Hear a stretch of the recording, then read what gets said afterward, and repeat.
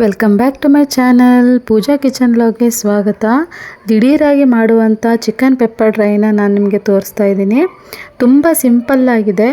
ನಿಮ್ಮ ಹತ್ರ ಟೈಮೇ ಇಲ್ಲ ಅನ್ನುವಷ್ಟು ಅರ್ಜೆಂಟಾಗಿ ಮಾಡಬೇಕು ಅಂತ ಹೇಳಿದರೆ ಈ ರೆಸಿಪಿನ ನೀವು ಮಾಡ್ಬೋದು.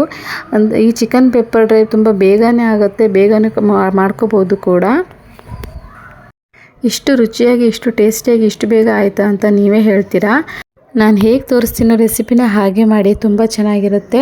ಬನ್ನಿ ಇವಾಗ ಪ್ರಿಪೇರ್ ಮಾಡ್ಕೊಳ್ಳೋಣ. ಅದಕ್ಕೆ ಏನೇನು ಬೇಕು ಅಂತ: 3 ಈರುಳ್ಳಿ, 1 ಟೊಮೆಟೊ, ಶುಂಠಿ ಬೆಳ್ಳುಳ್ಳಿ ಸ್ವಲ್ಪ ತೊಗೊಂಡ್ಬಿಟ್ಟು ಅದನ್ನು ಬಾರೀಕಾಗಿ ಕಟ್ ಮಾಡಿಟ್ಕೊಳ್ಳಿ. 1 ಬೌಲು ಕೊತ್ತಂಬರಿ ಸೊಪ್ಪನ್ನು ಕಟ್ ಮಾಡಿಟ್ಕೊಳ್ಳಿ.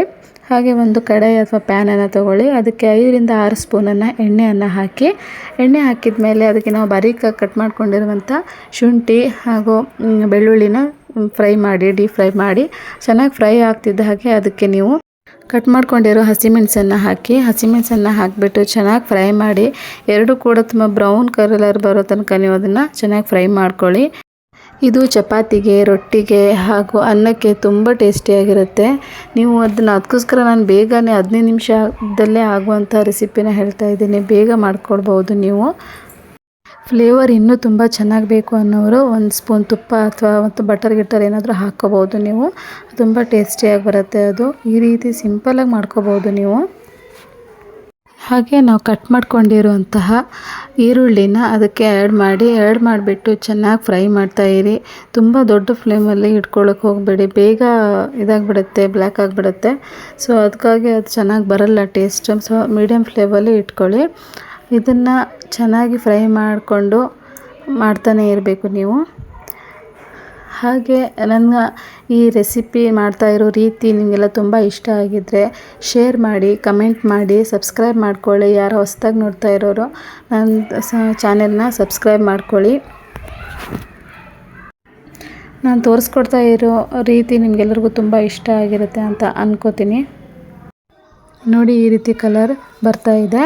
ಹಾಗೆ ಅದ್ರ ಜೊತೆಗೇ ನಾವು ಕಟ್ ಮಾಡ್ಕೊಂಡಿರೋ ಒಂದು ಮೀಡಿಯಮ್ ಟೊಮೆಟೊನ ಆ್ಯಡ್ ಮಾಡಿ, ಅದು ಕೂಡ ಹಾಗೆ ತುಂಬ ಬೇಯಬೇಕು. ತುಂಬ ಬೆಂದ ಮೇಲೆ ಅದಕ್ಕೆ ನಾವೇನು ಕಟ್ ಮಾಡ್ಕೊಂಡಿರುವಂಥ ಕೊತ್ತಂಬರಿ ಸೊಪ್ಪನ್ನು 1 ಬೌಲ್ ಕಟ್ ಮಾಡ್ಕೊಂಡಿರ್ತೀವಲ್ವ, ಅದನ್ನು ಕೂಡ ಇದಕ್ಕೆ ಆ್ಯಡ್ ಮಾಡಿ ಅದನ್ನೆಲ್ಲ ಚೆನ್ನಾಗಿ ಮಿಕ್ಸ್ ಮಾಡಿಬಿಟ್ಟು ಚೆನ್ನಾಗಿ ಫ್ರೈ ಮಾಡ್ತಾ ಇರಿ. ಹಾಗೆಯೇ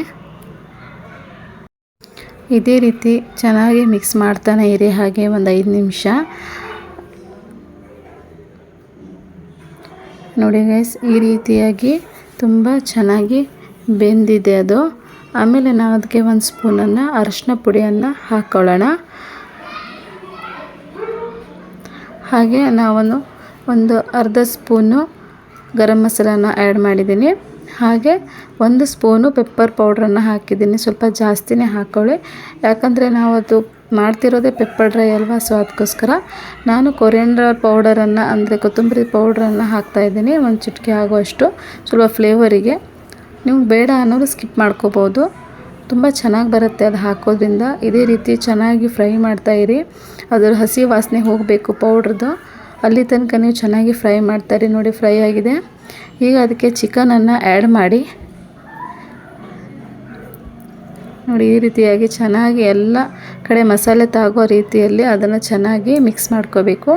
ಅದಕ್ಕೆ ಒಂದು ಕಾಲು ಲೋಟ ಆಗುವಷ್ಟು, ಅದು ಬೇಯೋದಕ್ಕೆ ಎಷ್ಟು ನೀರು ಬೇಕೋ ಅಷ್ಟು ಪ್ರಮಾಣದಲ್ಲಿ ಸ್ವಲ್ಪ ನೀರನ್ನು ಅದಕ್ಕೆ ಹಾಕಿಬಿಟ್ಟು ಸ್ವಲ್ಪ ಒಂದು 10 ನಿಮಿಷ ಹಾಗೆ ಬೇಯೋದಕ್ಕೆ ಬಿಟ್ಬಿಡಿ. ನೋಡಿ, ಈ ರೀತಿಯಾಗಿ ಬೇಯ್ತಾ ಇದೆ ಅದು. ಈಗ ಅದು ನೀರೆಲ್ಲ ಬಿಟ್ಕೊಳ್ತಾ ಇದೆ. ಆ ನೀರಲ್ಲೇ ಅಂದರೆ ನಾವು ಸ್ವಲ್ಪ ಕಾಲು ಲೋಟ ನೀರು ಹಾಕಿರ್ತೀವಲ್ಲ, ಅದು ಮತ್ತು ಈ ಚಿಕನ್ ಏನು ನೀರು ಬಿಟ್ಕೊಂಡಿರುತ್ತಲ್ಲ ಅದೆಲ್ಲ ಸೇರಿ ಆಮೇಲೆ ಚೆನ್ನಾಗಿ ಡ್ರೈ ಆಗುತ್ತೆ ಅದು. ನೋಡಿ ಈ ರೀತಿಯಾಗಿ ಬೇಯ್ತಾ ಇದೆ. ಈಗ 50% ಆಗಿದೆ. 50% ಆಗಿರೋದ್ರಿಂದ ಅದಕ್ಕೆ ನಾವು ಒಂದು ಅರ್ಧ ಸ್ಪೂನ್ ಆಗುವಷ್ಟು ಉಪ್ಪನ್ನು ಹಾಕೋಣ. ನೀವು ಬೇಕಿದ್ರೆ ಆಮೇಲೆ ಟೇಸ್ಟಿಗೆ ನೀವು ನೋಡ್ಕೊಂಡು ಹಾಕ್ಬೋದು. ಯಾಕಂದರೆ ನಾವು ಅದನ್ನು ನೀರನ್ನು ನಾವು ಡ್ರೈ ಮಾಡ್ತೀವಲ್ವ, ಸೊ ಅದಕ್ಕೋಸ್ಕರ ಉಪ್ಪು ತುಂಬ ಹಾಕೋದು ಬೇಡ. ನೋಡಿ, ಈ ರೀತಿಯಾಗಿ ಚಿಕನ್ ಪೆಪ್ಪರ್ ಡ್ರೈ ರೆಡಿ ಆಗ್ತಾಯಿದೆ.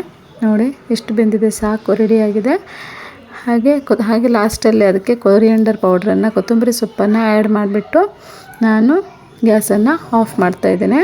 ನೋಡಿ, ಈ ರೀತಿಯಾಗಿ ಚಿಕನ್ ಪೆಪ್ಪರ್ ಡ್ರೈ ರೆಡಿಯಾಗಿದೆ.